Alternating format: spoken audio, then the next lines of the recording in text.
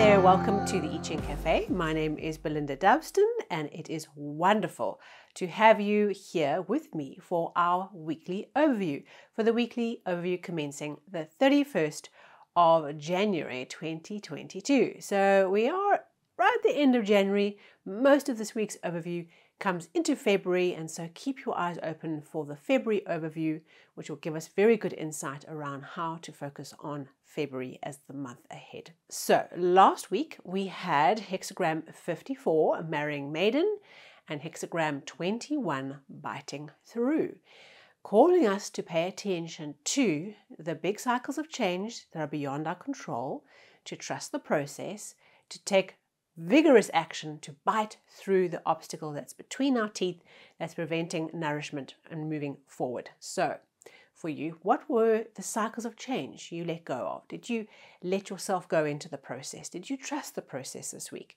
Things happening beyond your control and accepting the secondary position. And did you tackle with vigor the thing that is obstructing your progress? Well, I affirm that you did, and have released a whole pile of energy because you made that commitment.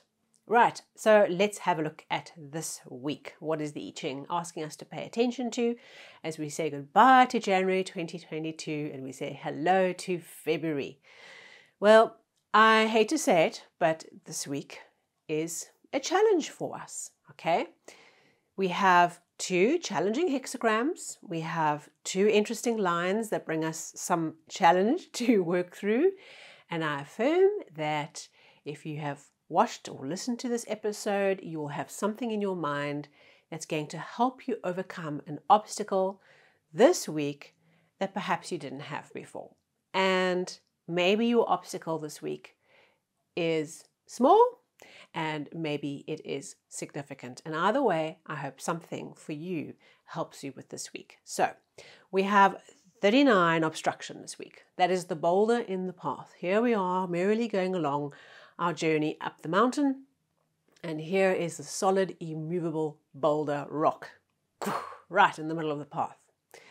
And so the hexagram of obstruction tells us, how do we deal with difficulties, with things that come to block our progress? And in a way, it's interesting, we had last week biting through. Here we have obstruction. So there's layers of things that we are working through at this time that are very challenging. This energy is challenging. And so the way we deal with this huge rock is we can choose to slam ourselves into the rock over and over, hoping that by doing so, our sheer will roll this rock out of the way and everything will return to normal. And that is not what happens with this hexagram. It's an immovable object. We resolve the obstruction by going around the obstruction. Okay, and the changing lines will give us some specific things to pay attention to.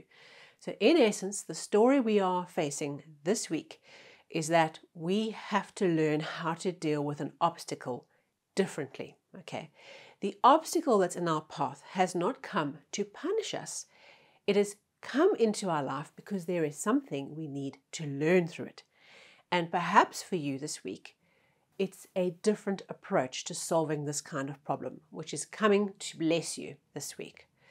So my advice for all of us this week is to look at what is our usual go-to method of hacking away at the problem. Okay, do we always bring a hammer to solve every problem? As that saying goes, if all you've got is a hammer, every problem will seem like a nail. And it's that kind of idea that if we always got the hammer and we tackle everything with this hammer to try and bash it out of the way, we're going to be very frustrated and irritated this week. The moment we hit obstruction or we have a problem we can't solve, there's two things we need to do with this hexagram. One is to find creative ways around the problem. Okay, can we circumnavigate a bit, backtrack a bit, find other ways to get around the path of this obstacle? And the second part is, can we call upon helpers to help us get through this? Okay, so it's drawing on your resources, the people you know, your team, your family, your friends, drawing on resources who can help you with wisdom and insight and maybe, I've heard about this little path that if you follow it, you backtrack a little bit and you go left and that winds its way back, and before you know it, you're on the other side of the obstacle. So there is wisdom around us and we have to accept help from others. So this is about reaching out for help, having the humility to say, I cannot move this rock by myself, I need helpers, and going out and getting the help that we need. Now, there are 2 changing lines in the 2nd and the 4th position for this week, and they're slightly contradictory. So what I would suggest is that you see them as 2 separate issues. They may relate to a progression on the same issue, but it's quite likely that they touch on obstruction from 2 different angles, 2 different areas of obstruction that we are working on this week. And so our first changing line in the 2nd position says, ordinarily, the path to resolving an obstacle or an obstruction or a difficulty is not to bash headlong into it, not to take the risk of throwing ourselves into the forefront of the difficulty and, charging ahead and tackling the issue. But in this particular situation, the obstruction is not caused by us, okay? And we have this moral responsibility to protect others and to tackle the issue. So that means for us that the obstruction or the challenge in one particular area is saying it's not our fault. If it's our fault that the obstruction has come about, that's a very different type of advice. Then bashing ourselves against it is not the right outcome.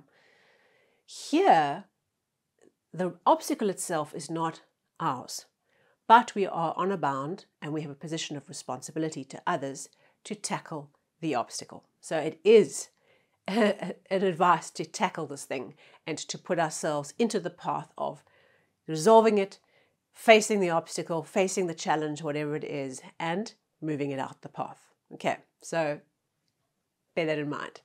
Our second changing line in the 4th position, which might be a separate issue altogether, says that this obstruction, if you keep on pushing to have a resolution and charging ahead anyway, irrespective of the obstruction you face, there are challenges. It's not the right way to go about this. Just take a step back and give it some breathing space. Okay, so you can see how these 2 changing lines are in contradiction with each other. The one says it's our duty to tackle it because it's not our issue.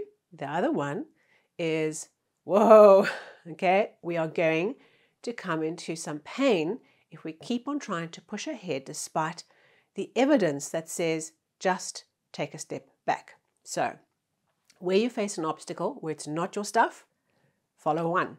Where you face an obstacle that is your stuff, follow 2. Okay, and hopefully that will help us all navigate around the challenges and the obstacles that we face in the week ahead. Okay, our second relating or outcome hexagram for this week is hexagram 28, great pressure. Okay, so it wasn't enough that we had an obstacle.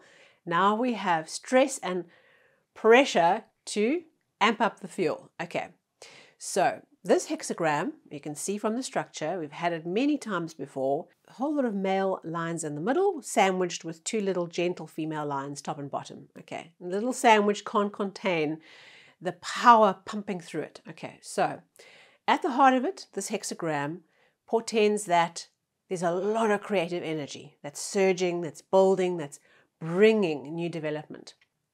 But with that comes pressure. And you've heard me talk about before that we know ourselves by how we respond under pressure. How do we deal with being transformed under pressure from the coal into the diamond? Okay, that transformation process that pressure brings. How do we choose what things we put down? Which things are non-essential? Which things that if we take them on now will be the final straw that breaks the camel's back?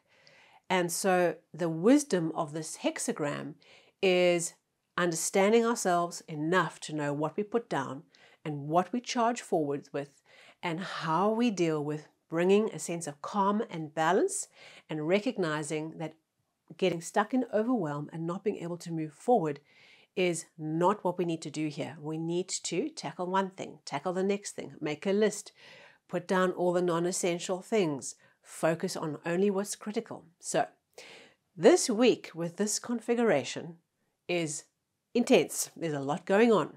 There's obstructions we have to deal with. There's our own that we have to deal with and others that we have to deal with. We have this pressure that's building, this crisis and stress. I would imagine we're all going to be on quite a lot of pressure this week to do things and get things done. And so the way we deal with it is we find new creative ways around the problem. We reach out to helpers. We put down what is not essential.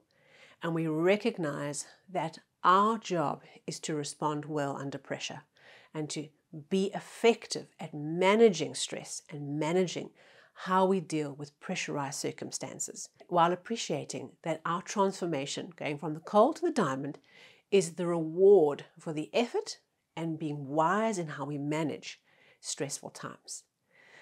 Wow. Okay, so let's see how this week pans out. Thank you so much for being here. You go and check out the February overview that's out in a few days' time. And I look forward to connecting with you there. And I wish you a wonderful week. So thank you for being here. Like, share, subscribe as usual. I'll see you on the socials. And I will definitely see you very, very soon.